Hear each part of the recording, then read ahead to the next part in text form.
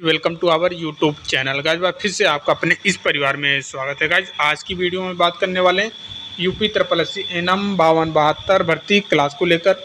जैसा आप सभी को पता है, अपना जो सेशन चल रहा है थियरी रिवीजन सीरीज, ठीक है। थियरी को हम एक बार फिर से रिवाइज कर रहे हैं। टोटल 38 टॉपिक जो देख के रखा है आपके सिलेबस में। जब आपका नोटिफिकेशन आया था 14 अक्टूबर को, साथ ही में आपका सिलेबस भी निकल के आया था। तो 38 टॉपिक, और यही 38 टॉपिक लास्ट टाइम 92-12 वाली भर्ती जो आई थी वहाँ पे भी यही 38 टॉपिक इतना ही दिया था। तो इसी 38 टॉपिक से प्रश्न भी आए हुए थे 92-12 वाले भर्ती में एनम का।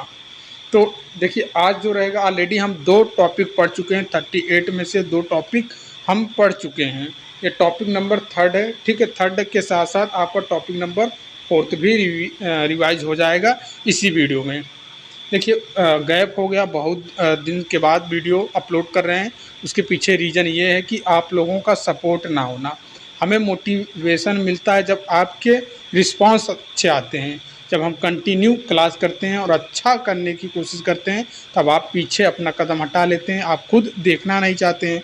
वहीं पे अगर हम किसी और के संदर्भ में, जैसे एग्ज़ाम डेट को लेकर हुआ या फिर किसी और के संदर्भ में अगर वीडियो अपलोड करते हैं, वहाँ पे भर भर के आपके रिस्पांस आने लगते हैं। लेकिन खाली क्लास में तो मुझे लगा कि मैं सही तरीके से आपको पढ़ा नहीं पा रहा हूँ, या सही तरीके से समझाना नहीं पा रहा हूँ, या मुझ में और भी चीज़ें हैं जो आप देखिए आपको पसंद नहीं आ रहा है। व्यूज़ आता है, स्टार्टिंग में तो आपने बहुत अच्छा रिस्पांस दिया। हर एक वीडियो पे 1K 2K 3K 4K views आते थे। लेकिन अभी कुछ दिनों से जब मैं कंटिन्यू किया तो व्यूज़ कम हो गए। तो मुझे लगा कि भैया अपनी क्वालिटी लगता है कम है, या फिर कुछ और रीज़न से आप नहीं पढ़ना चाहते हैं। तो मैं खुद ब खुद बोल दिया कि अब मुझे पढ़ाना ही नहीं है। फिर मैंने एक कम्युनिटी टैब में डाला कि मुझे अब क्लास देने का इच्छा नहीं होता है। तो आपके कुछ ऐसे बहन लोग हैं जो कॉल करके फिर मैसेज करके बार बार, नहीं सर आप क्लास दीजिए दीजिए दीजिए, ठीक है। तो आप लोगों के लिए है जो आप लोग परेशान थे, कुछ ही लोग बहन हैं, बाकी भैया कोई दिक्कत नहीं। जो जहाँ पढ़ रहा है पढ़िए। हम तो चाहते हैं सिलेक्शन हो जाए अच्छे से, लेकिन समय बताएगा, वक्त बताएगा कि हाँ भैया किसने क्या पढ़ाया था और किसका क्या एग्ज़ाम में बना हुआ है। वक्त आने पे दिखाते हैं, ये तो आपको पता ही है।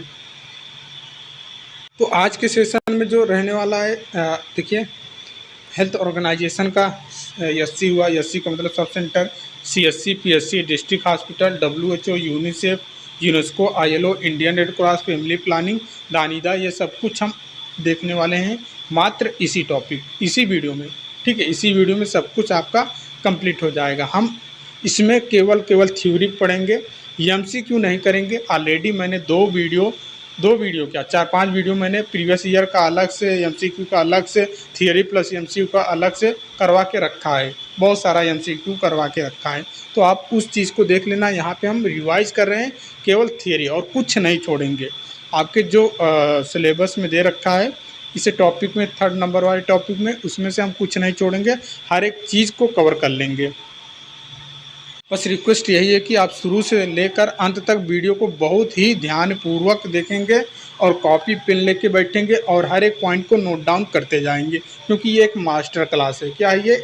मास्टर क्लास है। इससे बाहर कुछ नहीं आने वाला है आपके भर्ती परीक्षा में, ठीक है। तो आप, ये वीडियो इम्पॉर्टेंट है और बहुत ही ध्यानपूर्वक अच्छे तरीके से हर एक चीज़ को समझते हुए नोट डाउन करेंगे तो आप खुद बोलेंगे कि नहीं सर मज़ा आ गया, क्लास आपने कम समय में हर एक चीज़ें बता दिया जो हमको 4 घंटे की क्लास में नहीं मिलती है। वो चीज़ आप खुद बोलेंगे।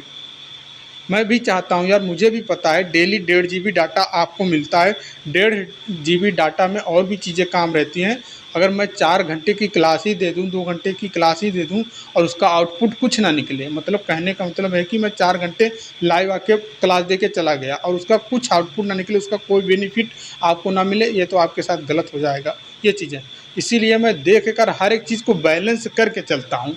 आपको लगता है कि बस क्या ही, जैसे लाइव क्लास में आते हैं, हाथ से लिखते हैं। यहाँ पे ऑलरेडी कंटेंट लिखा हुआ मिलेगा, हाथ से लिखने में समय जाएगा, ठीक है, या फिर आपके उत्तर का जवाब देने में समय जाएगा। उससे आपके डाटा MB ख़त्म होते हैं। अनलिमिटेड, अब भाई 5G मोबाइल होगा तो अलग की बात है, मैक्सिमम लोगों के पास 4G होगा। अनलिमिटेड तो कराए नहीं होंगे आप लोग, तो 1.5 GB ही डाटा मिलता होगा।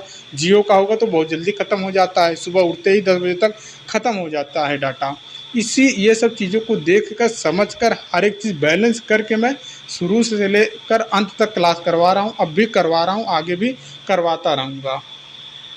अपना जब आप सिलेबस देखने जाएंगे तो आपको यहीं पे 3 नंबर पे organisation of SC, PSC, CSC and district hospital, वहीं पे आपको 4th नंबर पे मिल जाएगा health agency international, WHO, UNICEF, UNF, UNDA, World Bank, FO, DANIDA, European Commission, Red Cross, US, UNESCO, combo plan, ILO, care and national, Indian Red Cross, Indian counselling, child welfare, family planning association of India, ETC। ये सब कुछ 3 और 4 आपका इसी video में आज complete हो जाएगा।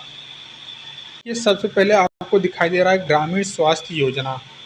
आपके भर्ती परीक्षा में पहला प्रश्न यही बनता है, ठीक है, बन के आता है, बना भी है कि ग्रामीण स्वास्थ्य योजना का स्थापना वर्ष पूछ लेगा। सन 1977 आपको नोट डाउन करके रखना है, ब्लैक पेन से हेडिंग डालना है ग्रामीण स्वास्थ्य योजना, ब्रैकेट में 1977 याद रहेगा कि भैया ये स्थापना हुआ था, आया था 1977 में। तो ये एक प्रश्न एक ही लाइन से बनता है, ठीक है। दूसरा बात, भारत सरकार ने वर्ष 1977 में ग्रामीण स्वास्थ्य योजना की शुरुआत की। अब भर्ती परीक्षा में प्रश्न यही आएगा कि भारत सरकार ने किस वर्ष में ग्रामीण स्वास्थ्य योजना की शुरुआत किया, तो आप बताओगे कि सर 1977 में, ठीक है, याद रहेगा बिल्कुल। इसका उद्देश्य गांव के प्रत्येक व्यक्ति तक मूलभूत स्वास्थ्य सेवाएं पहुंचाना। पूछेगा कि ग्रामीण स्वास्थ्य योजना का मुख्य उद्देश्य क्या था, ऐसे प्रश्न पूछेगा, 4 ऑप्शन लिख के आएंगे। तो आपको ध्यान में रखना है कि इसका उद्देश्य क्या था, गाँवों को प्रत्येक व्यक्ति तक मूलभूत स्वास्थ्य सेवाएं पहुंचाना, खासकर उन क्षेत्रों में जहां डॉक्टरों की उपस्थिति अत्यंत सीमित होती है।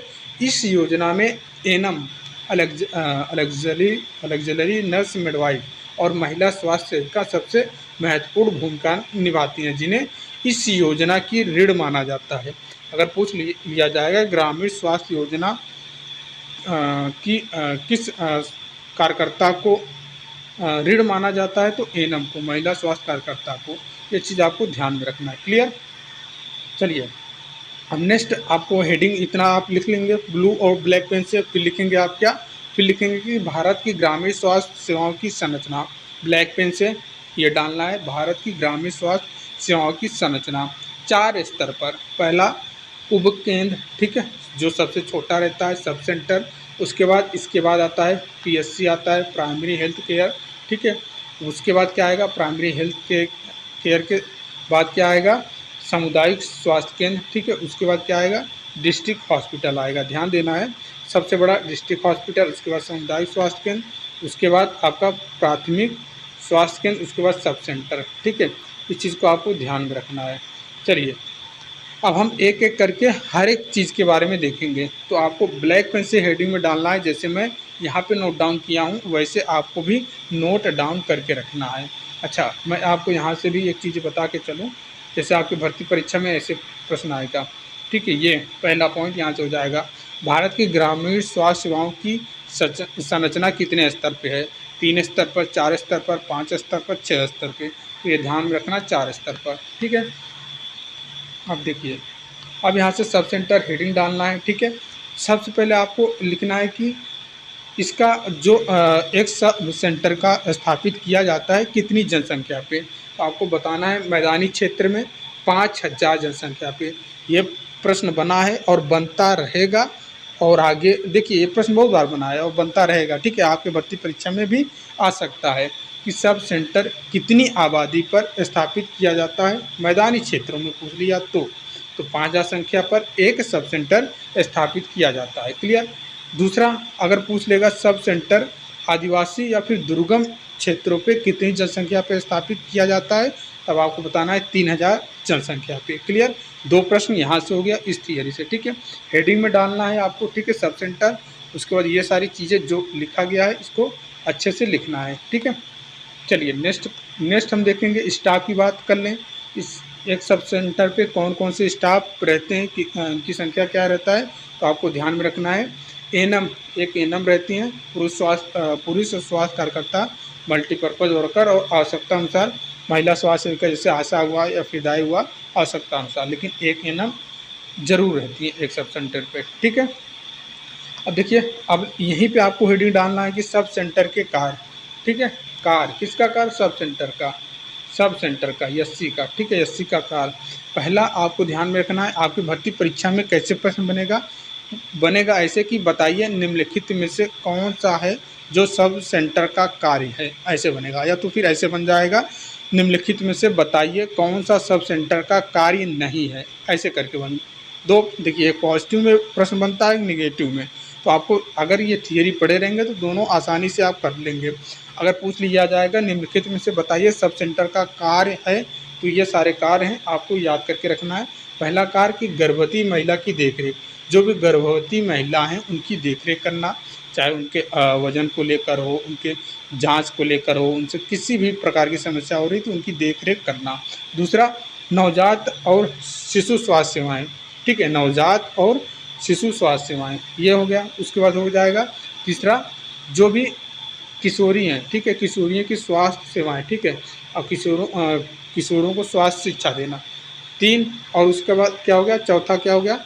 चौथा, परिवार नियोजन और गर्भ निरोधक साधनों की उपलब्धता। ये आपका 4 कार्य हो गया। ठीक है, 5वां क्या है? सुरक्षित गर्भपात एमटीपी के लिए परामर्श है। छठा क्या हो गया? स्कूली बच्चों की स्वास्थ्य जांच। ठीक है, 7वां क्या हो गया? जल स्रोतों की गुणवत्ता की जांच। और 8वां क्या हो गया? स्वच्छता और व्यक्तिगत सफाई का प्रचार प्रसार। 9वां क्या हो गया? राष्ट्रीय स्वास्थ्य कार्यक्रमों का संचालन, जैसे कि टीबी हुआ, मलेरिया हुआ, कुष्ठ, ये सभी। और 10वां क्या हो गया? जो टीबीए रहता है इनका ट्रेनिंग एवं निगरानी करना, पारंपरिक दाई का प्रशिक्षण एवं निगरानी करना। ये सारे सब सेंटर के कार्य हैं। अब इनमें से आपके भर्ती परीक्षा में 4 ऑप्शन बनते हैं। ठीक है, 4 ऑप्शन में ये दे देगा, ये दे देगा, ये दे देगा, फिर एक दे देगा कि सुरक्षित गर्भपात के लिए परामर्श ना देना, ऐसे लिख देगा, परामर्श ना देना। ठीक है, बोलेगा कौन सा नहीं है। ठीक है, बताइए निम्नलिखित में सब सेंटर का कार्य नहीं है। अब ये 4 ऑप्शन हो गए, 1, 2, 3 और ये चौथा। तो आप क्या बनाओगे सर कि ये ना देना लिख दिया है, तो ये हमारा करेक्ट उत्तर हो जाएगा। ये ना देना गलत हो जाएगा भैया, यही है जो सब सेंटर का कार्य नहीं है। ना देना, ध्यान देना, ना देना, जबकि यहाँ पे है, मतलब परामर्श देना चाहिए, परामर्श देना कार्य है सुरक्षित गर्भपात के लिए। लेकिन यहाँ पे आपके ऑप्शंस बदल दिया जाएगा थोड़ा सा, यहाँ पे लिख दिया जाएगा ना देना। फिर आप जल्दबाजी में क्या करोगे कि हैं भैया सभी तो लग रहा है। फिर ये चीज़ आप ध्यान में रखना है कि पढ़ना आपको ज़रूरी है, नहीं और पॉजिटिव और नेगेटिव चीज़ें को देख के चलना है। ठीक है, ऐसे प्रश्न बनाया जाता है। मैं आपको तरीका बता रहा हूँ प्रश्न कैसे आप बना सकते हो। आप खुद से प्रश्न बनाना सीखिए। दूसरे के एमसीक्यू पे भरोसा मत करिए भैया कि इनका ही पढ़ाया हुआ आ जाएगा, ये हुआ वो हुआ। नहीं, जब तक आप थियरी अच्छे से नहीं क्लियर करेंगे, सिलेबस टॉपिक वाइज नहीं क्लियर करेंगे, तब तक सिलेक्शन से बहुत दूर रहेंगे। तो हर एक चीज़ को आपको कंटिन्यूस तैयारी, रिवाइज करना पड़ेगा। ठीक है, तभी चीज़ें हो पाएंगी। चलिए, अब हम देखेंगे सामुदायिक स्वास्थ्य केंद्र, कम्युनिटी हेल्थ सेंटर, CSC। ध्यान में रखना है, इस आपको हेडिंग में डाल के रखना है अच्छे से सजा के, बिल्कुल जैसे यहाँ पे सजाया गया है, हॉस्पिटल लिख दिया गया है ना ये प्लस का, तो आपको भी ऐसे ही बढ़िया से लिखना है, सामुदायिक स्वास्थ्य केंद्र, कम्युनिटी हेल्थ सेंटर। सबसे पहले आपको देखना है कि भैया कितनी जनसंख्या पे, तो 1,20,000 की जनसंख्या पर मैदानी क्षेत्रों में, और पहाड़ी और दुर्गम क्षेत्रों पे केवल 80,000 की जनसंख्या पे स्थापित किया जाता है एक CSC को। ये हो गया। ठीक है, आपके भर्ती परीक्षा में ऐसे डायरेक्ट प्रश्न बनेगा, बताइए कि कितनी आबादी पर मैदानी क्षेत्रों में एक CSC की स्थापना होती है। तो आप बोलोगे कि सर ने पढ़ा के रखा है मैदानी क्षेत्रों में 1,20,000 की जनसंख्या पे। आपकी भर्ती परीक्षा में प्रश्न आएगा कि बताइए आदिवासी या फिर दुर्गम पहाड़ी क्षेत्रों में कितनी जनसंख्या की आबादी पर एक CSC की स्थापना की जाती है, तो आप बताना है कि 80,000 की जनसंख्या पे। क्लियर, ये चीज़ आपको ध्यान में रखना है। देखिए, अब हम CSC को एक रेफरल यूनिट भी मान सकते हैं। CSC एक रेफरल यूनिट होता है। क्या होता है सर? एक रेफरल यूनिट होता है। ये भी भर्ती परीक्षा में आ चुका है। ठीक है, निम्नलिखित से बताइए रेफरल का कार्य कौन सा है, तो CSC। ठीक है, 4 प्राथमिक स्वास्थ्य केंद्र PSC की तकनीक और विशेषज्ञ सेवाएं देता है। ठीक है, कौन कौन सा?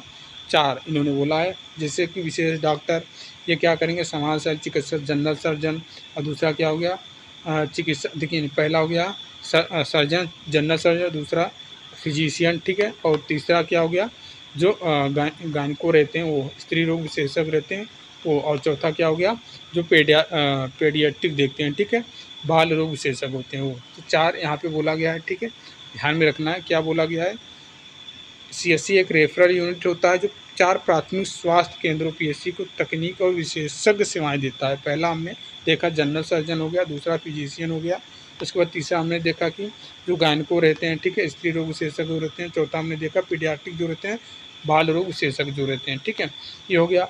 अब सहायक स्टाफ की बात करें, इनके सहायक स्टाफ क्या हो गए? तो भैया नर्स रहती हैं 7, ठीक है, एक फार्मासिस्ट रहता है, एक लैब टेक्नीशियन और एक रेडियोग्राफर, वार्ड बॉय और स्वीपर और धोबी और चौकीदार भी रहते हैं, ठीक है, ये भी आपको ध्यान में रखना है। अन्य सफाई कर्मचारी भी रहते हैं। अब आपको हेडिंग डाल के रखना है कार, ठीक है, क्या रखना है? कार, सीएससी के कार। पहला कार आपको ध्यान में रखना है। आपके भर्ती परीक्षा में ऐसे प्रश्न बनेगा, निम्नलिखित में से बताइए सामुदायिक, ऐसे पूछेगा, निम्नलिखित में से बताइए सीएससी का कार है या फिर सीएससी का कार नहीं है, ठीक है। तो आप क्या बनाएंगे? बोलेंगे कि सर विशेषज्ञ सेवाएं, सर्जरी, रोग, बाल चिकित्सा, मेडिसिन, ये तो है अभी ऊपर हमने देखा। और जो आपका उपचारात्मक सेवाएं रहती हैं ये भी है, रेफरल सेवाएं भी है, ठीक है, ये भी है, ठीक है। तो ये आप सभी को ध्यान में रखना है, इसके कार हो गए। अब देखिए प्राथमिक स्वास्थ्य केंद्र, प्राइमरी हेल्थ सेंटर पीएससी के बारे में हम देखेंगे। आपको हेडिंग में डाल के रखना है PSC, primary health centre PSC. परिचय में इसका हम देखेंगे कि प्राथमिक स्वास्थ्य केंद्र ग्राम स्तर पर प्रथम संपर्क बिंदु होता है। क्या होता है? ये पॉइंट इंपॉर्टेंट है। ग्राम स्तर पर प्रथम संपर्क बिंदु होता है जहां लोगों को डॉक्टर की सुविधा मिलती है। एक पीएससी की स्थापना मैदानी क्षेत्र में कितनी जनसंख्या पे होती है? तो 30,000 की जनसंख्या पे, ये आपको ध्यान में रखना है। आदिवासी और पहाड़ी क्षेत्रों में 20,000 की जनसंख्या पर, ये भी आपको ध्यान में रखना है। इसके जो स्टाफिंग पैटर्न है उसको हम समझते हैं। पीएससी के कार्यरत स्टाफ, पहला हो गया कि भैया एक चिकित्सा अधिकारी रहता है, मेडिकल ऑफिसर रहता है, दूसरा 3 स्टाफ नर्स और मिडवाइफ रहते हैं, 3 स्टाफ नर्स और मिडवाइफ रहते हैं, एक महिला स्वास्थ्य कार्यकर्ता रहती हैं एनएम, ठीक है, और एक पुरुष सहायक रहते हैं, ठीक है। और 5वें पे महिला स्वास्थ्य सहायक एक रहते हैं, ब्लॉक एजुकेटर एक रहते हैं, ब्लॉक एजुकेटर एक रहते हैं, ठीक है। अपर डिवीज़न क्लर्क रहते हैं, लोअर डिवीज़न क्लर्क रहते हैं। ये चीज़ को आपको ध्यान में रखना, स्टाफ के बारे में हो गया। अब हम देखेंगे प्राथमिक स्वास्थ्य केंद्र पीएससी के कार्य कौन कौन से हैं। हमने देखा कि मातृ एवं शिशु स्वास्थ्य सेवाएं देना। आपकी भर्ती परीक्षा में ऐसे डायरेक्ट प्रश्न बनेगा, मातृ एवं शिशु स्वास्थ्य सेवाएं देना किसका कार्य है? तो आप बताओगे कि प्राथमिक स्वास्थ्य केंद्र के कार्य हैं। और ऑप्शन में क्या देगा? एससी के सब सेंटर के कार्य, सीएससी के कार्य, डिस्ट्रिक्ट हॉस्पिटल के कार्य। तो आपको ध्यान में रखना है कि ये पीएससी का कार्य है, मातृ एवं शिशु स्वास्थ्य सेवा देना। तो ऐसे भर्ती में परीक्षा में ऐसे प्रश्न बनेगा, निम्नलिखित में से बताइए परिवार नियोजन और जनसंख्या नियंत्रण कार्यक्रम किसका कार्य है? ऐसे करके डायरेक्ट पूछ लेगा। या तो ऐसे पूछेगा, निम्नलिखित में से बताइए प्राथमिक स्वास्थ्य केंद्र के कार्य नहीं है। तो पहला कार्य मातृ एवं शिशु स्वास्थ्य सेवा देना, दूसरा परिवार नियोजन और जनसंख्या नियंत्रण कार्यक्रम, तीसरा स्कूल स्वास्थ्य सेवाएं देना, चौथा क्या हो गया? पर्यावरणीय स्वच्छता को बढ़ावा देना, पांचवा क्या हो गया? संक्रामक रोगों की रोकथाम और नियंत्रण करना, छठा क्या हो गया? राष्ट्रीय स्वास्थ्य कार्यक्रमों को संचालन जैसे कि मलेरिया, क्षय रोग, कुष्ठ आदि। और सातवां क्या हो गया? सातवां क्या हो गया? स्वास्थ्य शिक्षा व जागरूकता। आठवां क्या? रेफरल सेवाएं भी देता है पीएससी, ये भी आपको ध्यान में रखना है। हमने कहाँ से शुरू किया? देखिए रेफरल सेवाएं देखा, अभी जस्ट सीएससी से शुरू किया रेफरल सेवाएं, ठीक है। पीएससी पे भी रेफरल सेवाएं हुआ, ठीक है। रेफरल सेवाएं गंभीर रोगियों को सीएससी पे या फिर जिला अस्पताल के लिए भेजा जाता है। अब पीएससी क्या करेगा? पीएससी भेज देता है सीएससी को, ठीक है, रेफर कर देता है। अब सीएससी क्या करेगा? सीएससी रेफर कर देगा डिस्ट्रिक्ट हॉस्पिटल को, यह चीज़ रहता है। अब देखिए जिला अस्पताल, जिला अस्पताल क्या है? जिला अस्पताल जिले का सबसे बड़ा सरकारी अस्पताल होता है जहाँ पर विशेष डॉक्टर और आधुनिक सुविधाएं उपलब्ध होती हैं। अब आपको हेडिंग में डाल के रखना है डिस्ट्रिक्ट हॉस्पिटल। परिचय में आपको लिखना है कि जिला अस्पताल जिले का सबसे बड़ा सरकारी अस्पताल होता है जहाँ पर विशेष डॉक्टर और आधुनिक सुविधाएं उपलब्ध होती हैं। यह जो है तृतीयक स्तर की स्वास्थ्य सुविधा है, ये भी आपको ध्यान में रखना है। डिस्ट्रिक्ट हॉस्पिटल तृतीयक स्तर की स्वास्थ्य सुविधा है। ओके, अब देखिए इसके स्टाफिंग पैटर्न को हम समझेंगे, कौन कौन से स्टाफ कार्यरत रहते हैं इसमें। ठीक है, डिस्ट्रिक्ट हॉस्पिटल में पहला हो गया कि चीफ मेडिकल ऑफिसर सीएमओ हो गया, दूसरा डिप्टी सीएमओ हो गया, तीसरा विशेष चिकित्सक, स्त्री रोग विशेषज्ञ, बाल रोग विशेषज्ञ, सर्जन, मेडिसिन विशेषज्ञ, nursing staff, lab technician, pharmacist, radiographer और support ward boy, sweeper, security आदि ये सभी रहते हैं डिस्ट्रिक्ट हॉस्पिटल के स्टाफ। ये हो गए स्टाफ। अब इसके कार्य देखिए, जिला अस्पताल के कार्य कौन कौन से हैं। ठीक है, जटिल और गंभीर रोगी का इलाज। ठीक है, जटिल और गंभीर रोगों का इलाज, मातृ एवं शिशु स्वास्थ्य सेवाएं देना। ठीक है, ये भी कार्य है डिस्ट्रिक्ट हॉस्पिटल का। और क्या कार्य है, पोषण सेवाएं देना, पर्यावरण स्वास्थ्य सेवाएं देना, जन्म और मृत्यु दर का पंजीकरण रखना, सामुदायिक स्वास्थ्य समस्याओं का समाधान करना, रेफरल सेवाओं का संचालन, ध्यान देना ये रेफरल सेवाओं का संचालन, जैसे कि राज्य अस्पताल या फिर मेडिकल कॉलेज जो को भेजना। ठीक है, ये ऐसे डायरेक्ट प्रश्न बनेगा, ऐसे पूछेगा, निम्नलिखित में से बताइए कौन सा राज्य अस्पताल या फिर मेडिकल कॉलेजों का रेफरल संचालन करता है। आप बताओगे सर डिस्ट्रिक्ट हॉस्पिटल।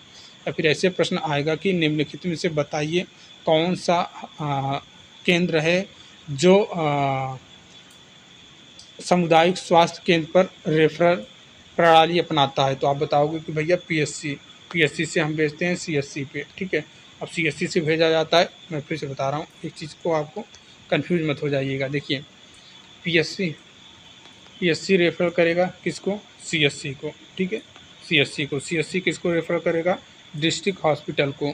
ठीक है, डिस्ट्रिक्ट हॉस्पिटल किसको रेफर करेगा।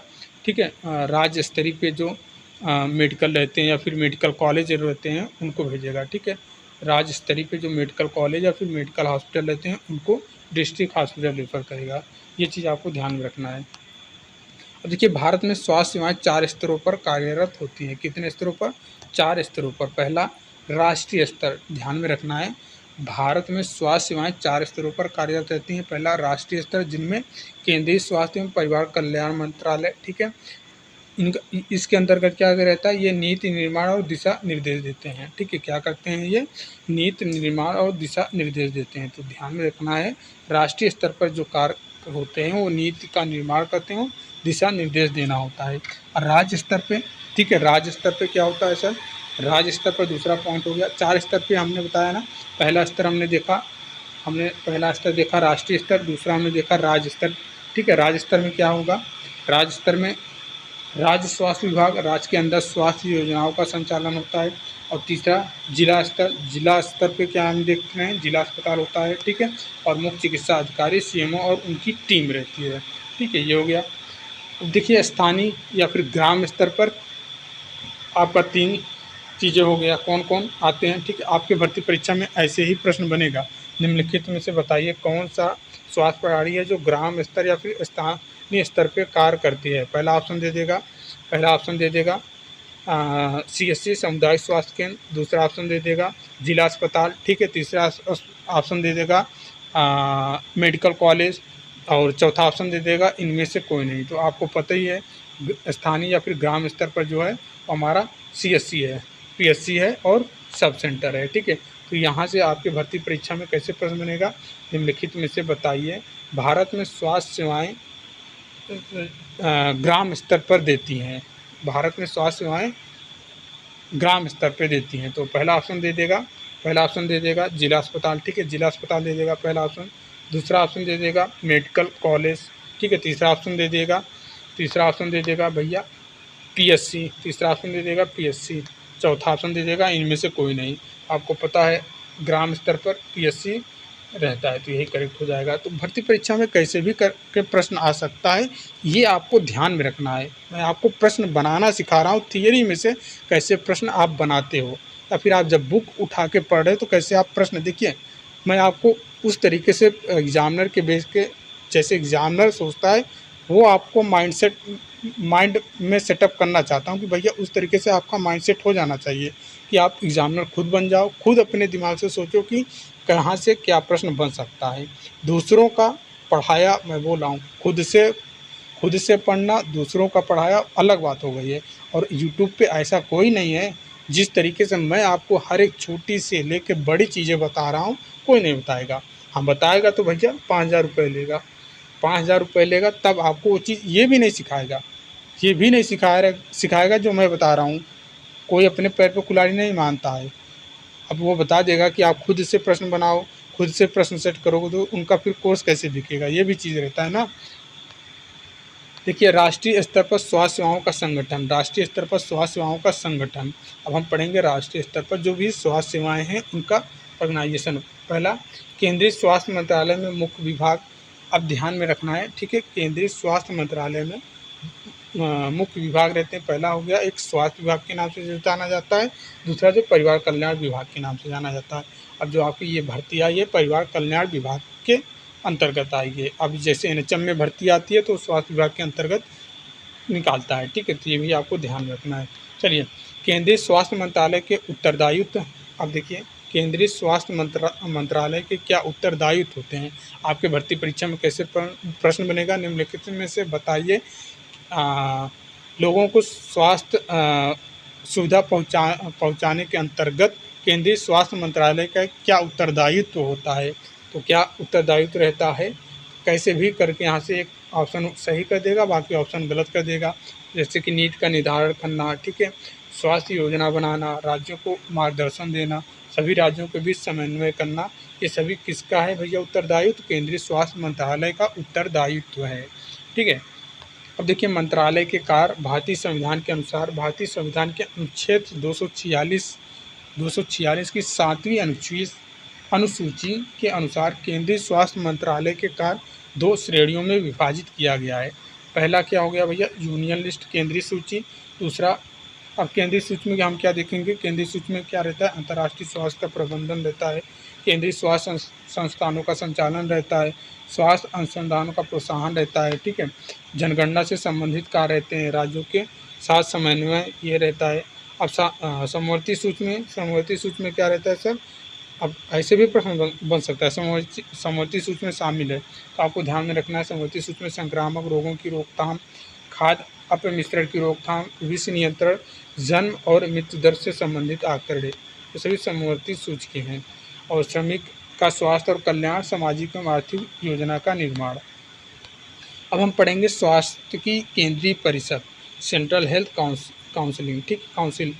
इसकी स्थापना 1952 में। अब पूछ लेगा कि भाई बताइए सीएससी का जो सेंट्रल हेल्थ, अब ये सीएससी में समझ लेना, ठीक है, इसका सीएससी का मतलब है कि सेंट्रल हेल्थ काउंसिल। इसकी स्थापना 1952 में राष्ट्रपति के आदेश से हुई थी। यह राज्यों को तकनीक, सलाह एवं मार्गदर्शन प्रदान क्यों ज़रूरत पड़ी, इसका स्थापित करने की क्या ज़रूरत पड़ गई थी, यही कि भैया यह राज्यों को तकनीकी जो भी टेक्नोलॉजी है उसकी सलाह एवं मार्गदर्शन प्रदान करें, ठीक है, इसलिए सेंट्रल हेल्थ काउंसिल की स्थापित किया गया 1952 में। और फिर राष्ट्रपति ने आदेश दिया तो कि भैया ऐसा है, हम एक परिषद तैयार कर रहे हैं जिसका काम रहेगा कि राज्यों को, जो राज्य हैं उनको टेक्नोलॉजी दें, ठीक है, और सलाह दें, मार्गदर्शित करें, ठीक है, इसलिए सेंट्रल हेल्थ काउंसिल बनाया गया 1952 में। अब देखिए, राज्य स्वास्थ्य प्रशासन, स्टेट हेल्थ में क्या रहता है, इसमें स्वास्थ्य सेवाओं की जिम्मेदारी रहती है, ठीक है, स्वास्थ्य सेवाओं की जिम्मेदारी, प्रत्येक राज्य अपने क्षेत्र की जनता को स्वास्थ्य सेवाएं प्रदान करता है, इसलिए हर राज्य ने अपनी आवश्यकताओं के अनुसार स्वास्थ्य सेवाओं को ढांचा तैयार किया। राज्य स्तर पर स्वास्थ्य संचालन, यहाँ पे देखेंगे स्वास्थ्य एवं परिवार कल्याण मंत्री जनप्रतिनिधित्व होता है, ठीक है, राज्य स्तर पर जो रहता है स्वास्थ्य एवं परिवार कल्याण मंत्री, ये जन प्रतिनिधि रहता है। अब स्वास्थ्य एवं परिवार कल्याण संचालन जो पूरे राज्य को स्वास्थ्य योजनाओं को क्रियान्वयन करता है, ये भी आपको ध्यान में रखना है। जिला स्तर पर स्वास्थ्य संगठन, जिला स्तर पे क्या रहता है, जिला स्वास्थ्य प्रशासन की संरचना, इसमें हम देखेंगे इसकी संरचना क्या है, जिला स्वास्थ्य प्रशासन की संरचना क्या रहता है, इसमें मुख्य चिकित्सा अधिकारी, चीफ मेडिकल ऑफिसर होता है इसका, ठीक है, ऐसे प्रश्न बने आए आपके भर्ती में। बताइए कि जिला स्वास्थ्य प्रशासन का मुख्य अधिकारी कौन है, तो मुख्य चिकित्सा अधिकारी, चीफ मेडिकल ऑफिसर होता है, ठीक है, उसको क्या बोलते हैं, तो ऐसे प्रश्न बनाए। बताइए जिला स्वास्थ्य प्रशासन की संरचना में कौन सा है, कौन सा है जो प्रतिनिधित्व करता है, तो मुख्य चिकित्सा अधिकारी प्रतिनिधित्व करता है, ये भी आपको ध्यान में रखना है। और इसके बाद विकासखंड चिकित्सा अधिकारी सामुदायिक स्वास्थ्य सेवाओं की निगरानी करता है। विकासखंड चिकित्सा अधिकारी क्या करता है, ये सामुदायिक स्वास्थ्य सेवाओं की निगरानी करता है। ठीक है, नेक्स्ट हम देखेंगे कुछ राज्यों में 2 अधिकारी होते हैं, जैसे कि जिला चिकित्सा अधिकारी, जिला स्वास्थ्य एवं परिवार कल्याण अधिकारी। ठीक है, ये भी आपको ध्यान में रखना है कि कुछ राज्यों में 2 अधिकारी होते हैं, जिला चिकित्सा अधिकारी और जिला स्वास्थ्य एवं परिवार कल्याण अधिकारी। चलिए, नगर पालिकाएँ सेवाएँ, नगर पालिकाएँ में क्या, नगर निगम, इसमें मुख्य स्वास्थ्य अधिकारी होता है। ठीक है, मुख्य स्वास्थ्य अधिकारी होता है। और दूसरा सेवाओं में शामिल है, इसमें क्या क्या शामिल है भैया, सफाई और जन स्वास्थ्य व्यवस्था, मातृ एवं शिशु स्वास्थ्य, खाद्य सुरक्षा और सफाई, जन्म मृत्यु दर के आंकड़ों का संकलन। अब देखिए, विकेंद्रित प्रशासन जो है ये 3 स्तरीय पंचायत राज व्यवस्था पर आधारित है। पहला ग्राम स्तर में क्या रहता है, ग्राम सभा और ग्राम पंचायत होता है। खंड स्तर में पंचायत समिति रहता है। जिला स्तर पर जिला परिषद रहता है। ये सारी चीज़ें हैं पॉइंट आपको जो ध्यान में रखना है। ग्राम स्तर पे क्या होता है भैया, ग्राम सभा में सभी वयस्क नागरिक होते हैं। ठीक है, जो भी वयस्क रहते हैं नागरिक होते हैं। इसकी बैठक साल में 2 बार होती है। अध्यक्ष कौन रहता है ग्राम स्तर पे, सरपंच या मुखिया रहता है। और सदस्यों की संख्या 15 से लेकर 30 होती है। कार्यकाल जो रहता है इनका 4 से 5 वर्ष रहता है। और इनका जो कार्य है भैया, सफाई करना, गली व्यवस्था, रोग नियंत्रण और पौधा शिक्षा आदि, ये सभी चीज़ें हो गया। खंड स्तर पे क्या देखते हैं, एक खंड में लगभग 100 गांव होते हैं। ठीक है, इनमें पंचायत, सरपंच, विधायक, सांसद और अनुसूचित जाति जनजाति के प्रतिनिधि शामिल होते हैं। ठीक है, जिला स्तर पे हम देखेंगे कि स्थानीय प्रशासन की शीर्ष संस्था, जैसे इसके सदस्य की बात करें तो सांसद हो गया, विधायक हो गया, पंचायत प्रमुख, सहकारी और समिति प्रतिनिधि। कार्य इनका क्या रहता है भैया, जिला परिषद में तकनीकी मार्गदर्शन, क्या करना, तकनीकी मार्गदर्शन, शिक्षा और निगरानी। हर राज्य को कार्यशैली अलग अलग हो सकती है, ये भी आपको ध्यान रखना है। चलिए, परामर्श। अब देखिए रेफरल सिस्टम में क्या, रेफरल सिस्टम की आवश्यकता क्यों पड़ी भैया, क्या आवश्यकता है रेफरल सिस्टम की, तो स्वास्थ्य सेवाओं में डॉक्टरों और कार्यकर्ताओं की संख्या बढ़ने से समन्वित और प्रभावशीलता रेफरल सिस्टम जरूरी हो गई है। रोगियों की 3 श्रेणी में बांटा गया है। श्रेणी फर्स्ट, अति गंभीर। ठीक है, फर्स्ट श्रेणी को अति गंभीर, जो जीवन नहीं बचाया जा सकता, जिनका जीवन नहीं बचाया जा सकता। दूसरा गंभीर, दूसरे श्रेणी में गंभीर, जो तत्काल उपचार से जीवन बच सकता है। और तीसरा सामान्य। ठीक है, कोई मतलब जीवन संकट नहीं, विलम्ब से उपचार संभव है। तो 3 श्रेणियों में बांटकर फिर ये चीज़ें किया जाता है, क्या, रेफरल सिस्टम। देखिए रेफरल सिस्टम में क्या रहता है, रेफरेंस स्लिप में होनी चाहिए जानकारी, क्या क्या जानकारी होनी चाहिए। पहला कि भैया रोगी का नाम, पता, पहचान संख्या, वर्तमान लक्षण और अब तक जो उपचार आपने किया है, ठीक है, उसका विवरण, अब तक दिया गया उपचार। ठीक है, और किस कारण से आप रेफर कर रहे हैं, रेफर करने वाले का नाम और पदनाम। ठीक है, ये सभी चीज़ें रहती है रेफरल पर्ची में। और क्या रहता है, स्वास्थ्य केंद्र का नाम, ठीक है, या फिर तारीख और समय, ये सारी चीज़ें आपको ध्यान में रखना है। रेफरल पर्ची पे आपके भर्ती परीक्षा में अगर पूछ लिया जाएगा कि निम्नलिखित में से बताइए रेफरल स्लिप में कौन सी जानकारी नहीं होनी चाहिए, पहला लिख दिया जाएगा रोगी का नाम, पता, पहचान संख्या, वर्तमान लक्षण, और तीसरा लिख दिया जाएगा रोगी का जाति।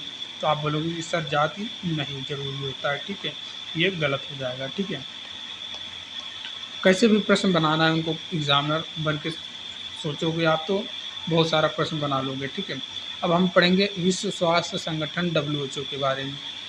परिचय इसका थोड़ा देख लीजिए। WHO का यह एक अराजनैतिक, ठीक है, अंतर्राष्ट्रीय संस्था है। क्या है भैया, अराजनैतिक अंतर्राष्ट्रीय संस्था है जो संयुक्त राष्ट्र की स्वास्थ्य एजेंसी है। ध्यान देना है, किसकी भैया, संयुक्त राष्ट्र की स्वास्थ्य एजेंसी है।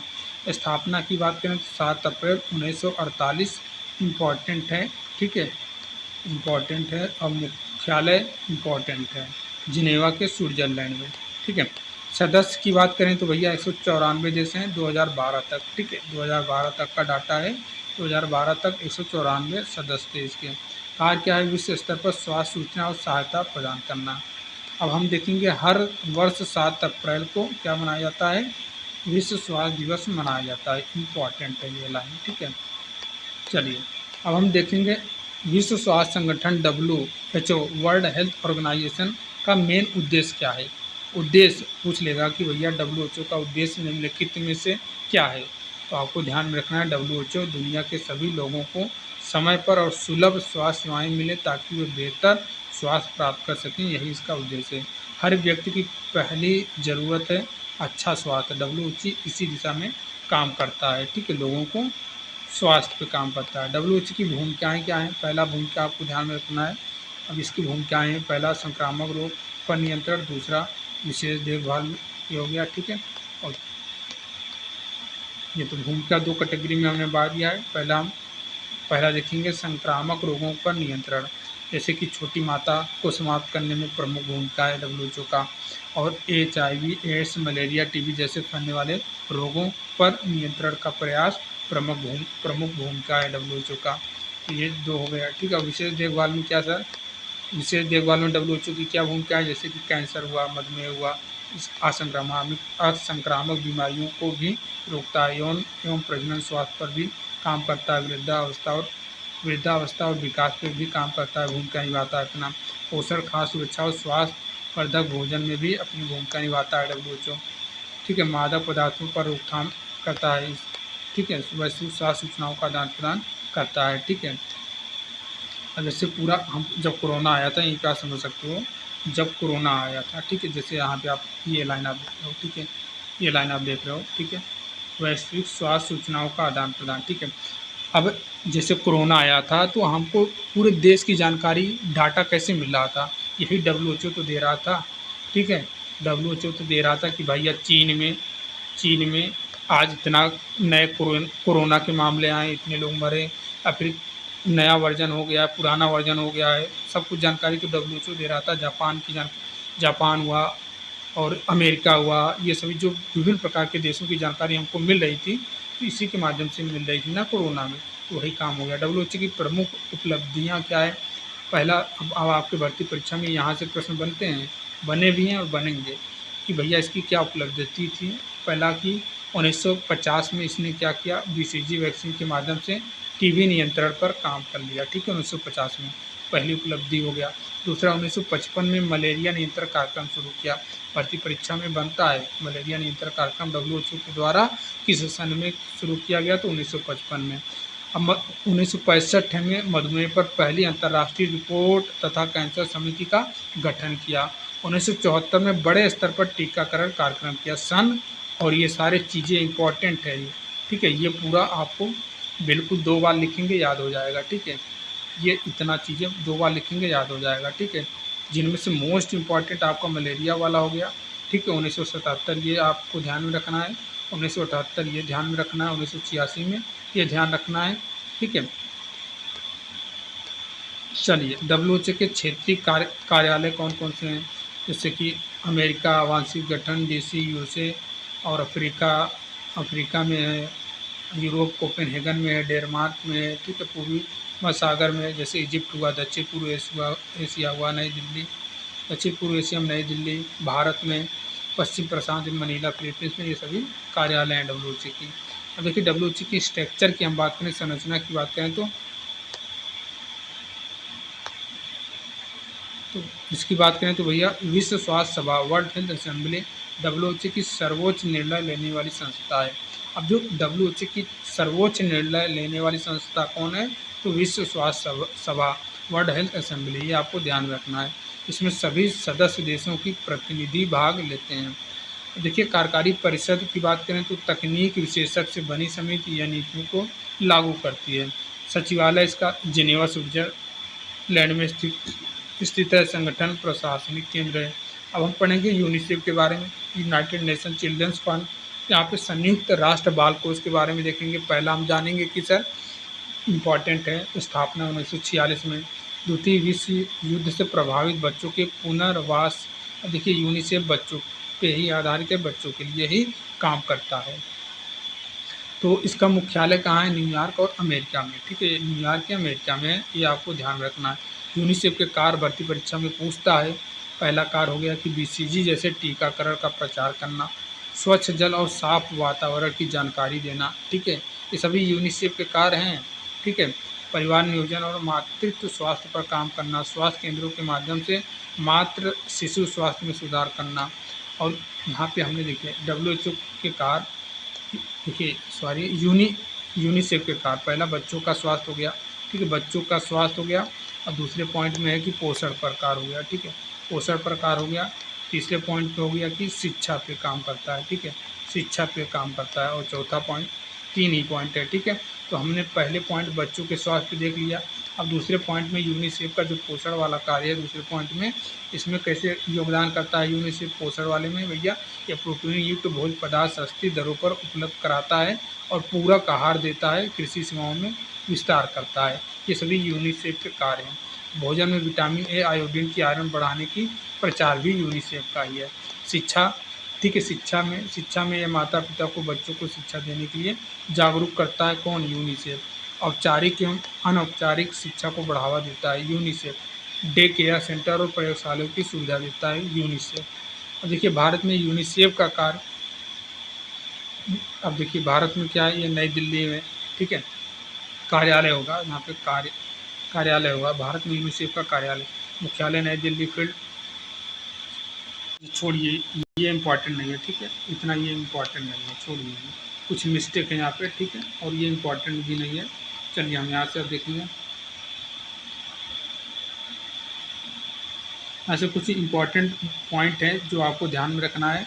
यूनिसेफ, WHO और यूनेस्को और संयुक्त राष्ट्र के अन्य संगठनों के साथ मिलकर कार्य करता है। यूनिसेफ, ध्यान में रखना है, यूनिसेफ, WHO, यूनेस्को और संयुक्त राष्ट्र के अन्य संगठनों के साथ मिलकर कार्य करता है। यूनिसेफ की शीत श्रृंखला कोल्ड चेन सिस्टम ने टीकों को रख रखाव में अहम भूमिका निभाई। भारत में यूनिसेफ ने 1990 में एक विशेष कार्यक्रम चलाया जो 80% सफल रहा। यूनिसेफ की संरचना की बात करें, कार्यकारी मंडल 30 देशों की प्रतिनिधियों से बना होता है। कितने? 30 देशों की प्रतिनिधियों से बना होता है। कौन?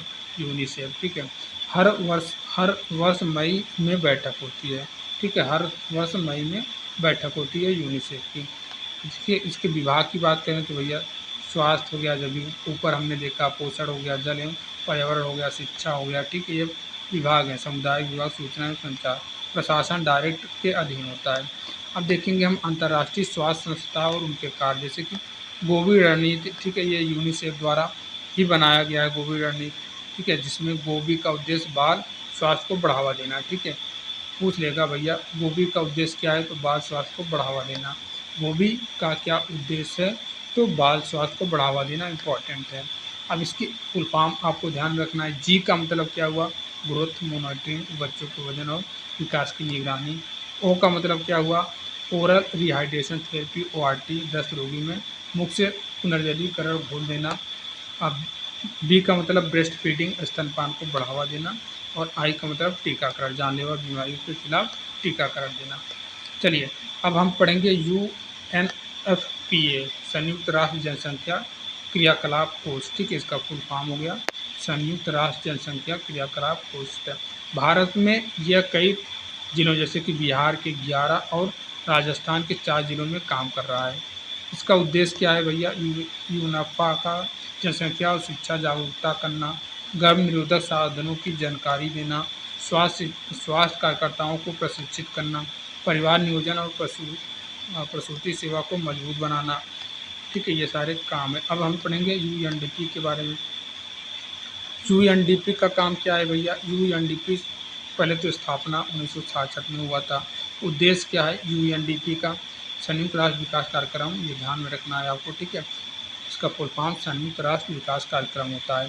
देखिए विकासशील देशों की तकनीकी सहायता करना, ठीक है, विकसित नहीं, विकासशील देशों की तकनीकी सहायता करना, मानव और प्राकृतिक संसाधनों को बेहतर विकास, कृषि, शिक्षा, विज्ञान, स्वास्थ्य और अस्पताल प्रबंधन में सहयोग देना, ये सारे UNDP के उद्देश्य हैं। अब देखिए वर्ल्ड बैंक, विश्व बैंक, ठीक है, जो सभी को लोन देता है, कर्जा देता है, ठीक है। अभी युद्ध हुआ था तो यहाँ पे पाकिस्तान ने, ठीक है, युद्ध क्या, जो हमारा ऑपरेशन सिंदूर हुआ था ना, ऑपरेशन सिंदूर, तो वहाँ पे भी लोन लिया था अमेरिका विश्व बैंक से जाके कि भैया हमको हमें विश्व बैंक क्या, वहाँ पे ये जो अमेरिका है, ठीक है, अमेरिका है, ये ज़्यादा फंडिंग देता है भैया इसको, विश्व बैंक क्यों अच्छा बताइए, विश्व बैंक क्यों लोन देता है? अच्छा, फ़ायदा क्या है इसका? आपके दिमाग में एक प्रश्न आएगा कि वर्ल्ड बैंक सबको लोन क्यों देता है? इसके पास पैसा कहाँ से आता है? क्यों देता है ये? तो ये देखिए, कुछ शर्तें होती हैं, इसके पीछे रीज़न रहता है। विश्व बैंक ऐसे लोन नहीं देगा, कुछ शर्तें रहती हैं, जैसे कि जो सरकारी चीज़ें हैं उनको प्राइवेटाइजेशन, जो भी सरकारी चीज़ें हैं, जैसे कि अभी भारत में हमारा रेलवे ही है, ठीक है, ये सरकारी है अपने भारत के अंदर में। जैसे अब इसमें अगर भारत को लोन लेना होगा तो ये बोलेंगे प्रधानमंत्री नरेंद्र मोदी से कि भैया हम आपको लोन तभी देंगे जब आप रेलवे को प्राइवेट कर देंगे। मतलब प्राइवेट को बढ़ावा देता है, प्राइवेट को बढ़ावा देता है। टैक्स को पे जो है उसमें संशोधन करना पड़ता है, टैक्स को बढ़ाना घटाना ये सारी चीज़ें हैं। तो ये किस लिए करता है विश्व बैंक? ताकि भैया जो बिजनेसमैन हैं जाके वहाँ पे अच्छा तरीके से बिजनेस करें और फंडिंग हमको दें बढ़िया से। इसीलिए ये चीज़ें होती है, विश्व बैंक इसीलिए बनाया गया है। अब देशों को क्या फ़ायदा रहता है? बोलोगे कि देश को फिर क्या फ़ायदा? देश को यही फ़ायदा रहता है, जब ज़रूरत पड़ती है जब जाके पैसा ले लेते हैं, फिर अपने वो जनता के विकास के लिए वहाँ पे करते हैं। अब करें या ना करें, भैया पैसा तो मिल जाता है अच्छे से जब ज़रूरत होती है। तो विश्व बैंक का मतलब देखिए, अब ये आपका टॉपिक नहीं है, जब मैं समझाने लगूंगा तो भैया इस पर लेक्चर पूरा दे दूंगा 1 घंटे का, तब भी ख़त्म नहीं होने वाला है वर्ल्ड बैंक के बारे में, ठीक है। फिलहाल अभी हमारा जो टॉपिक है, हम जो पढ़ें वो अभी आपके ध्यान में रखना है, वर्ल्ड बैंक, ठीक है। वर्ल्ड बैंक क्या है? संयुक्त राष्ट्र की विशेष संस्था है। उद्देश्य क्या है? गरीब देशों को आर्थिक सहायता देना, पैसा देना, ठीक है। शिक्षा, कृषि, ऊर्जा, स्वास्थ्य के क्षेत्र में सहायता करना, ठीक है। सहायता क्या करना भैया? तुम पैसा दोगे, वही है बस, और क्या है तुम्हारा काम, बस इतना ही है। अब देखिए FAO, food and agriculture organisation, इसका स्थापना कब, आप ध्यान में रखना, ये इम्पोर्टेंट है। स्थापना और मुख्यालय रोम में है। स्थापना 1945 में हुआ था। उद्देश्य क्या है रोम का भाई, FAO का, ठीक है? दुनिया से भूख मिटाना। अब भर्ती परीक्षा में पूछ लेगा, भूख पे जो काम करती है उस संस्था का नाम क्या है? आप बोलोगे कि FAO, ठीक है। FAO क्या है? FAO, ठीक है। और क्या है इसका काम? कृषि, मत्स्य और वानिकी में विकास को बढ़ावा देना, ठीक है। ये हो गया FAO का कार्य। ग्रामीण जीवन में सुधार लाना, ठीक है। अब देखिए दानिदा के बारे में। दानिदा डेनिश सहायता संस्था है। ये क्या करता है? डेनमार्क सरकार द्वारा संचालित होता है दानिदा। भारत में राष्ट्रीय अंधता निवारण कार्यक्रम 1978 में सहयोग दिया, ठीक है। दानिदा भैया कहाँ पे सहयोग दिया? अब डेनमार्क द्वारा संचालित होता, लेकिन 1978 में राष्ट्रीय अंधता निवारण कार्यक्रम में इन्होंने सहयोग दिया था दानिदा ने, ठीक है। इसलिए हम दानिदा के बारे में ध्यान में रखेंगे 1978, ये आपको बस इतना ही ध्यान में रखना है दानिदा के बारे में। अब हम पढ़ेंगे यूरोपीय आयोग, यूरोपियन कमीशन जो होता है, ठीक है, इसके बारे में देखेंगे। यूरोपीय समुदायों की कार्यकारी शाखा है, ठीक है। क्या करता है? कानून बनाना, निर्णय लागू करना और फंड उपलब्ध कराना। भारत में स्वास्थ्य व शिक्षा परियोजनाओं को सहायता। रेड क्रॉस इम्पॉर्टेंट है, अंतर्राष्ट्रीय रेड क्रॉस, ठीक है। अंतर्राष्ट्रीय रेड क्रॉस यह एक गैर सरकारी और गैर राजनीतिक संस्था है, ध्यान देना है, गैर सरकारी और गैर राजनीतिक। अब रेड क्रॉस पे भी मैं लेक्चर दूँ ना, 1 घंटे हो जाएगा, तब भी ये चीज़ें नहीं होगा। रेड क्रॉस के बारे में बहुत, मतलब इतना ज़्यादा युद्ध के दौरान इतने ज़्यादा लोग घायल हो गए थे, तो वहीं से इसकी जननी हुई। अब वो जब आएगा मुद्दा कभी कभी, ठीक है, अभी आगे पढ़ाएंगे तो मिलेगा, तो वहाँ पे मैं जब फर्स्ट एड बताऊँगा, ठीक है, फर्स्ट एड वाला टॉपिक जब आपको पढ़ाऊँगा तो वहाँ पे इसके बारे में अच्छे से बताऊँगा।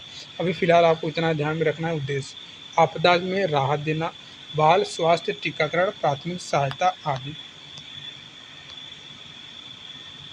आपको ये इसका स्थापना कब हुआ था वो आपको ध्यान में रखना है, ठीक है।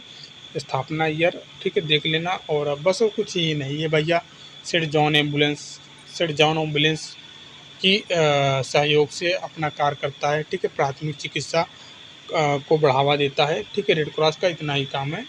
आपकी जो भर्ती परीक्षा के लिए इंपॉर्टेंट है वही चीज़ मैं बता रहा हूँ, और ये रिवीजन क्लास चल रही है, वही चीज़ बता रहे हैं जो आपकी भर्ती परीक्षा में डायरेक्ट प्रश्न बनेंगे जहाँ से, ठीक है।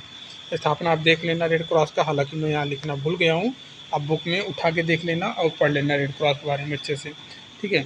अब देखिए USAID, United state agency of, ये आपको ध्यान रखना है, United state agency of international development, ये अमेरिका का तकनीकी सहयोग मिशन भारत में क्यों, किसके उद्देश्य से आया था, भारत में क्या किया था भैया, मलेरिया नियंत्रण पे काम किया था, ठीक है।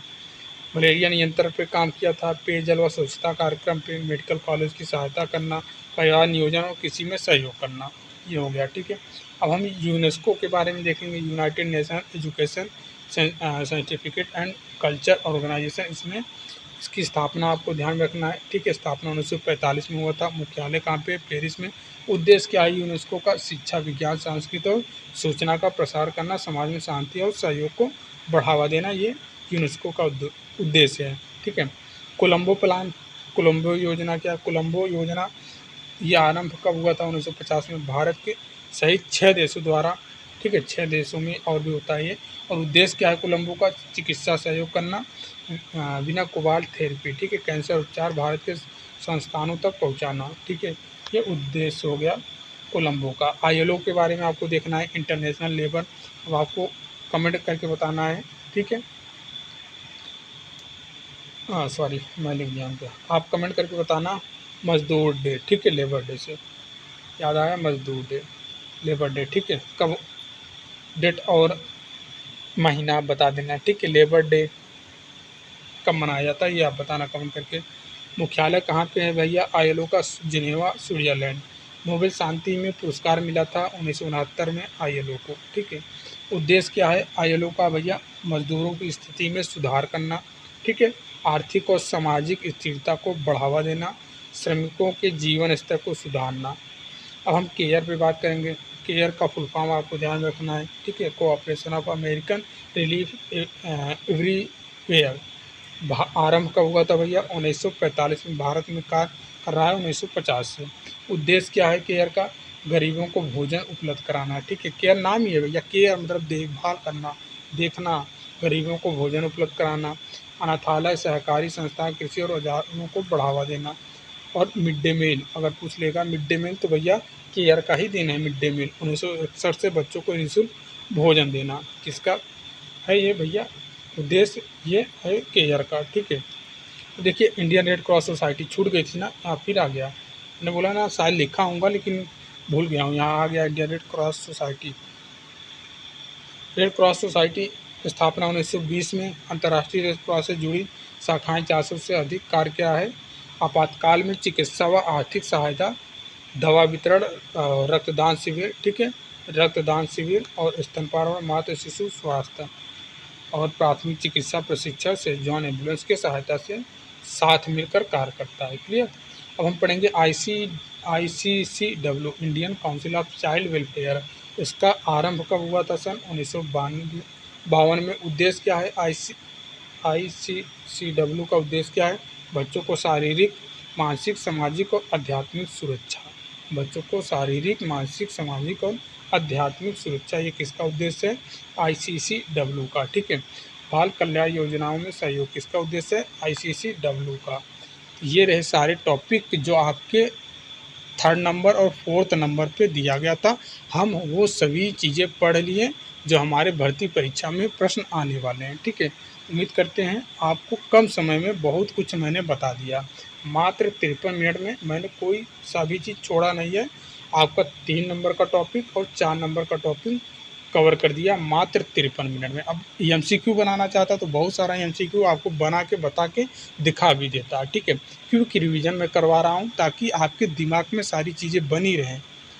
अब देखिए जिन लोगों को PDF चाहिए, PDF के लिए फ़ी देना होता है मात्र 200 रुपये, मात्र 200 रुपये में ये PDF अलग से एक ग्रुप बनाया गया है, प्राइवेट ग्रुप है, केवल उन्हीं लोगों को जोड़ा गया है जो 200 रुपये का फ़ी देते हैं। अभी मैं उसी फ़ी पे अटका हूँ, जब से आपकी भर्ती आई थी तब से लेकर अब तक 200 पे ही अटका हूँ और 200 पे ही रहेगा।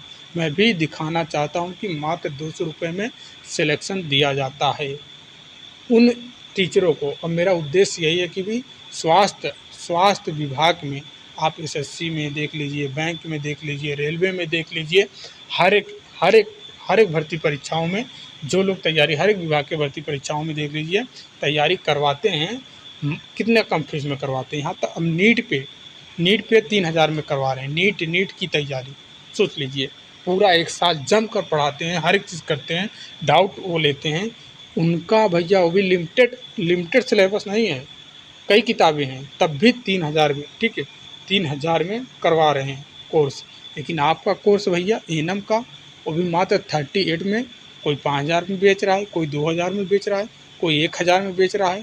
भैया हद होती है यार लूटने, कितना लूटोगे छात्रों से। इसीलिए मात्र 200 फी लेकर आप तक वो कंटेंट पहुंचा रहा हूं, जो 5000 में दिया जाता है, 2000 में दिया जाता है, 1500 में दिया जाता है, 999 में दिया जाता है, 1199 में दिया जाता है, 1599 में दिया जाता है, आपको मात्र 200 रुपये में। ये मेरा एम है कि भैया इसको भी कम करना है। अब हम 200 रुपये में दे रहे हैं ना, नेक्स्ट टाइम जब भर्ती आएगी यही जब दिखाएंगे कि देखो भैया ये मेरे छात्र हैं, 200 रुपये में कोर्स लिए थे और सिलेक्शन आज नौकरी लिए हैं मात्र 200 रुपये में फ्री देकर, तब उनको कम करना पड़ेगा, मजबूरन कम करना पड़ेगा। इतने में आपकी बुक भी नहीं आती है। 200 रुपये में कोई सा भी बुक लीजिए। अब जो भी मैंने बुक थियरी का, MCQ का, प्रीवियस ईयर पेपर का, जो भी बुक हमने लिखा है या फिर पब्लिकेशन से पब्लिश करवाया है, खुद भैया यहाँ पे मैंने कोई फ़ायदा नहीं लिया, मिनिमम प्राइस करवाया है, ठीक है, मिनिमम से मिनिमम प्राइस करवाया है। वहीं पे दूसरे लोगों का बुक उठा के देख लीजिए, 1200, 1500, 1000 की बुक, 2000 की बुक दे रहे हैं। लेकिन मैंने बोला कि मुझे फ़ायदा नहीं चाहिए, ठीक है, मैं लिख दे रहा हूँ कंटेंट, आप पब्लिश करिए, क्योंकि मेरा घर का पब्लिकेशन तो है नहीं, मेरे पास तो मशीन है नहीं, मैं लिखने की जिम्मेदारी ले रहा हूँ, पब्लिश करने की जिम्मेदारी आपकी होगी। मुझे कुछ नहीं चाहिए, बस मिनिमम प्राइस में आप उपलब्ध करवाइए। थियरी वाली बुक एक बार पब्लिश हुआ, उसमें कुछ गलतियाँ थी, सुधार, जो नीली वाली और जो लाल वाली बुक हमारी थियरी की है, ठीक है, लाल वाली बुक थियरी के है, YCT का यूथ कंपटीशन टाइम। आप गूगल भी कर लेंगे, गूगल से मत लेना, ठीक है। अगर आप लेना भी चाहते हैं थियरी वाली बुक जो हमारी आई है YCT का, अमेजोन फ्लिपकार्ट से मत लेना। फिर मैं बोल रहा हूँ अमेजोन, ठीक है, फ्लिपकार्ट से मत लेना, वरना आप पछताओगे, गलत बुक आपको दे दिया जाएगा, ठीक है। आपको लेना है तो बुक को कमेंट बॉक्स में पिन कर दूंगा लिंक, ठीक है। हमारे मेन ऑफिशियल जो लिंक है YCT का, उस पर जाके लेना, ठीक है, मेन वेबसाइट पे YCT का, वहाँ पे आपको मिल जाएगी। वहाँ पे आपको MCQ वाला बुक मिल जाएगा, वन लाइनर वाला बुक मिल जाएगा, विभिन्न प्रकार के बुकें हैं इनका, का जो मैंने 3-4 बुकें को क्रिएट करवाया हूँ, तैयार करवाया हूँ आप लोगों के लिए। लेकिन कभी भी बोला नहीं हूँ कि भैया मेरा बुक ले लो, मेरा ये ले लो, क्यों, मुझे प्रचार प्रसार करना नहीं है, कंटेंट दे दिया हूँ, जिन लोगों को पसंद होगा खुद लेगा। बाकी उन किताबों में जो चीज़ें हैं वही चीज़ मैं यहाँ पे भी पढ़ा रहा हूँ, अलग से कुछ नहीं बता रहा हूँ। हाँ, वहाँ पे विस्तार पूर्वक रहेगा, डीप में सारी चीज़ें रहेंगी, यहाँ पे बस आपके एग्ज़ाम के पॉइंट ऑफ व्यू से चीज़ें रहती है, यह चीज़ रहता है बस। उम्मीद करते हैं चीज़ें आपको समझ में आ गई होंगी, ठीक है। अब अपना सपोर्ट आपको दिखाना है ताकि मैं कंटिन्यू दे पाऊँ, 38 टॉपिक रिवीजन दे पाऊँ। आप बीच में छोड़ देते हैं साथ, तो हम भी छोड़ देते हैं क्लास, ठीक है भैया। 1K तो पहुंचा दिया करिए, थोड़ा मोटिवेशन मिलता है कि चलिए कम से कम 1000 लोग तो देख रहे हैं क्लास को। तो मिलते हैं नेक्स्ट वीडियो में, तब तक के लिए जय हिंद, जय भारत।